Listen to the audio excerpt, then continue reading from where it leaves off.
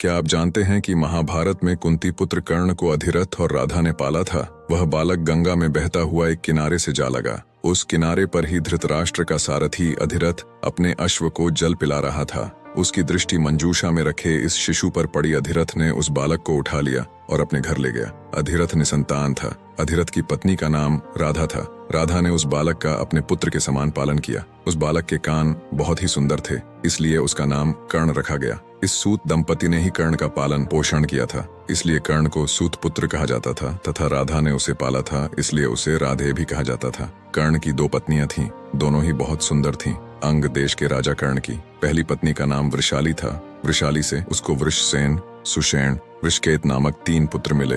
वृषाली दुर्योधन के रथ के सारथी सत्यसेन की बहन थी। कहते हैं कि वृषाली ने कर्ण की मृत्यु के बाद उनकी चिता पर ही समाधि ले ली थी। वह बहुत चरित्रवान और पतिव्रता थी। भ्रूशाली के बारे में मान्यता है कि उसने द्रौपदी को सलाह दी थी कि तुम महल छोड़कर अपने पिता या भाई के यहाँ चली जाओ, लेकिन द्रौपदी ने उसकी सलाह नहीं मानी। कुछ दिन बाद ही द्रौपदी का चीरहरण हो गया। कर्ण की दूसरी पत्नी सुप्रिया थी। यह दुर्योधन की पत्नी भानुमति की अच्छी सहेली थी।